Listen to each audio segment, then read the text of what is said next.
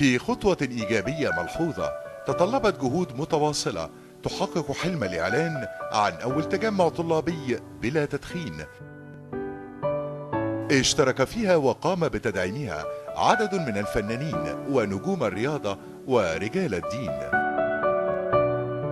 سبب وجودنا هنا دلوقتي كلنا مع بعض وكل الناس اللي موجودين والشباب الموجودين عشان نمد ايدينا لايدين الشباب ونساعدهم ان هم يكونوا دايما ايجابيين في حياتهم. يعني الحقيقه الموضوع ده او القضيه دي احنا يمكن اخذناها من بدري وقلنا ان احنا عايزين يكون لنا دور فعال في نقطة من النقط المهمة جدا هي التدخين، لأن التدخين في حد ذاته ممكن يكون بداية النهاية بالنسبة لناس كتير، ربنا سبحانه وتعالى يعافي الجميع يعني. بس أنا شايف إن هي بداية النهاية، لأن لو أنت مش هتقدر إنك أنت تسيطر على نفسك في تدخين سيجارة ما أظن إن أنت مش هتقدر تسيطر على نفسك في حاجات كتير جدا يعني. فلازم نكون إيجابيين في المجتمع ولازم يكون لنا دور في المجتمع ولازم نكون أقوياء مع نفسنا وبدايتها مع نفسنا في التدخين. احنا عارفين مما لا شك فيه اضرار التدخين سواء الصحيه او الماديه او المعنويه او النفسيه الى اخره. فاعتقد ان احنا محتاجين نتغير، محتاجين فعلا نتغلب على عاده بتتحكم فينا، نتغلب على سلبيه عايشه جوانا زي ما احنا اتغلبنا على الظلم اللي كنا عايشين فيه، اتغلبنا على السلبيه اللي كنا موجودين فيها، اتغلبنا على الخوف اللي كان بيقهر ناس كثيره جدا.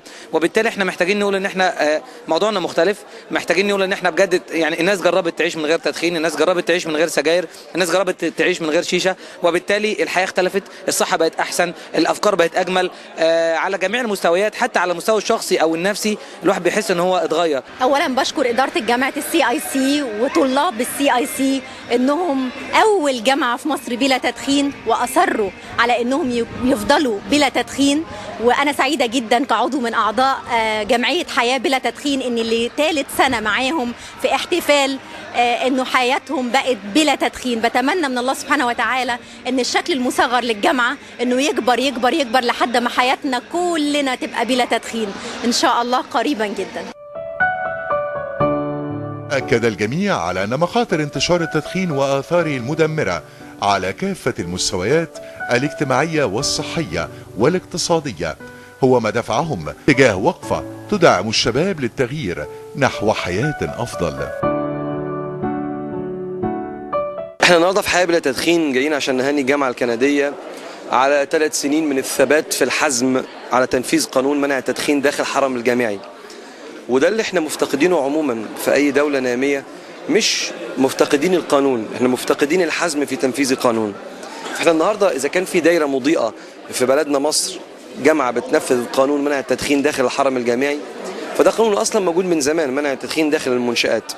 فاحنا النهارده جينا عشان نقول ينفع لو رئيس الجامعة أخذ قرار يقدر ينفذه. فخور إن تبقى في جامعة بتدعم حملة زي دي وبتبقى جامعة خالية من التدخين، وأتمنى كل الجامعات وكل الأماكن العامة وكل هيئات الدولة تبقى مشاركة في حملة زي دي، لأن أكيد التدخين أثاره على المدخنين وحتى على غير المدخنين صعبة، بتمنى كل الناس تبقى ما بتدخنش قدر الامكان. يا بلادي يا بلادي انا بحبك يا بلادي يا بلادي يا بلادي انا بحبك يا بلادي.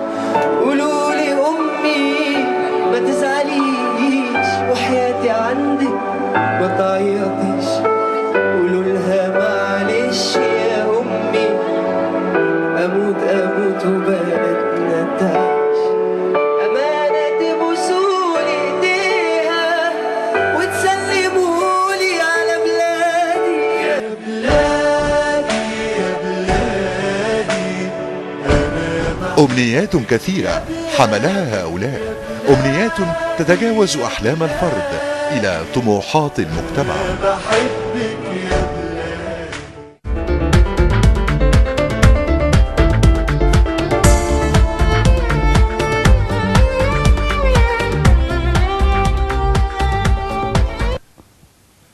عودة معاكم مرة تانية وحياة بلا تدخين، وعايزة أسأل حضرتك هل بتشتغلوا بس على الجامعات ولا بتنتشروا في أماكن تانية؟ بننتشر في أماكن تانية زي إيه؟ النوادي، بننزل التجمعات، بننزل مستشفى السرطان، بننزل اماكن الفقيره، التبين، الصف، اماكن كتير جدا يعني. طب وفي الاماكن الفقيره دي بيبقى عندهم استجابه ليكم؟ عندهم استجابه جامده جدا، وخاصه انهم محتاجين وعي. يمكن اسلوب المخاطبه بيختلف تماما، بس عندهم طبعا فقدان للوعي كامل جدا. يعني محتاجين مش بس ان انا اتكلم عن التدخين، محتاجه ان انا اتكلم في حاجات كتير جدا عشان اوصل لقضيه التدخين معاهم. فبنبدا نعمل لهم ان شاء الله، نعمل لهم مشاريع برضو تساعد على ان هو زي الدخل في سبيل ان انت يعني في طريق ان انت تبطل التدخين، لان مشكلتهم اكبر من التدخين. عندهم مخدرات، عندهم حاجات تانية بيهربوا من مشاكلهم بيها. فنتمنى ان دوت يبقى في عليهم ضوء اكتر من طبعا الاماكن. يعني هل انتوا بتعملوا مجرد توعيه فقط، ولا كمان ممكن يكون فيها نوع من انواع الدراسه؟ ايه اللي بيخلي الناس ان هي تبدا ان هي تدخن او حتى ان هي تتناول المخدرات؟ انا هقول لحضرتك حاجه. لا، عملنا طبعا دراسه، وكانت دراسه من خلال منظمه الصحه العالميه، ومن خلال الدراما. عملنا مشروع لرصد مسلسلات رمضان، قعدنا سنتين، يمكن عملنا السنه اللي فاتت والسنه اللي قبلها، وقدرنا نوصل فيه بنتائج كويسه جدا. وكان مشروع كبير على مستوى منظمه الصحه العالميه، لان الاعلام ليه دور جامد جدا في اظهار القضيه، وكمان الوعي للناس اللي حضرتك بتتكلمي عن الناس البسطاء. كمان الاعلام بيقدم لهم القضيه دي. هو طول النهار قاعد قدام التلفزيون، فبيشوف البطل وهو بيدخن، بيشوف القدوه بتاعته وهو بيدخن، فاكر ان هو خلاص كبر لما مسك سيجاره. يعني عنده الفكره دي راسخه من خلال الاعلام ومن خلال القضايا اللي بيعرضها الاعلام. فبدانا نعمل رصد لمسلسلات رمضان، نشوف، لان دي اكبر فتره فيها من نسبه مشاهده، واكتر فتره فعلا بيبقى فيها شيشه وفيها سجاير وفيها. فلقينا طبعا ان القضيه خطيره جدا، ان الاعلام لازم يبقى فيه وقفه. ونتمنى ان مع التغيير ان يبقى فيه فعلا قيود على ظهور مشاهد التدخين في السينما. نتمنى نشوف دراما. ده كان متحقق لفتره ما وبعد كده كان مجمد. هو كنا بنحارب فيه في ايام اللي فاتت، وفعلا وصلنا لقرارات، يمكن قرارات يعني اعتبر انها كانت خطوات، بس افتكر انها مع التغيير اللي حصل والنظام الجديد ان لازم الخطوات دي تبقى مفعله، لان احنا بنحافظ على شباب وبنحافظ على صحه بلد وعلى صحه مجتمع، والتغيير لازم يبدا من صحه الاخرين. يعني ازاي انا هطلب من الناس انها تكون تديني عمل وتديني نهضه في بلادنا، واحنا عندنا العامل المدخن يمكن القدره بتاعته على العطاء في العمل اقل بكتير جدا من الانسان المعافي. فانا النهارده لازم اعمل دعوه للاعلام ان هو فعلا يبقى في دراما بلا تدخين، اعمل في كل المجالات، لان فعلا اقتصاد البلد كله. يعني لما اقول لحضرتك ان احنا يعني زي ما اعلنت وزاره الصحه 4 مليار جنيه بيتصرفوا على علاج امراض التدخين. احنا النهارده محتاجين عشان نعلي اقتصادنا ونعمل مشاريع، محتاجين المليارات دي انها تخش في صحه شبابنا، غير ان احنا محتاجين ناس فعلا تدي لمصر كتير الفتره اللي جايه. طب سؤال بقى، ما بتلاقوش مقاومه من شركات السجاير؟ المقاومه موجوده. يعني ما فيش اقدم دعوه ان هم يقفلوا شركات السجاير، ما ينفعش اغلاق شركات السجاير. احنا نفسنا ان احنا يبقى في امل فيه، وان شاء الله مع التغيير اللي حصل اللي قدر يغير النظام هيقدر يغير حاجات كتير جدا، لان فعلا احنا بنتكلم النهارده في قضيه خطيره جدا. لو اقول لحضرتك ان وزاره الصحه اعلنت في مؤتمرها اللي فات اللي هو من يومين، وزير الصحه اعلن 170 الف حاله بتموت سنويا بسبب التدخين. قالوا 20 حاله في الساعه، معناها ان كل 3 دقائق بيموت واحد. يعني تخيلي حضرتك لو في قنبله نزلت علينا لا قدر الله، مش هتجيب العدد اللي بيموت ده كله. غير مستشفى السرطان لو عملنا زياره بس للمتضررين من التدخين ومتضررين من التدخين السلبي، هنلاقي ان احنا مجتمع بيباد بامراض مسرطنه واحنا مش قادرين نعمل له حاجه. السنه اللي فاتت ساعه انفلونزا الخنازير الناس كلها كانت خايفه وبتعمل كل الاجراءات عشان ما يجيلهاش انفلونزا الخنازير، وفي نفس الوقت ما كانتش مميته زي التاني. ده اللي احنا حضرتك احنا عملنا حمله ايام انتشار مرض انفلونزا الخنازير، وقلنا هذا الكلام. قلنا اذا كان انتوا خايفين من مرض يعني مهما كانت احصائياته ما بتجيبش شخص كل 3 دقائق، فاحنا عندنا جريمه في حق المجتمع.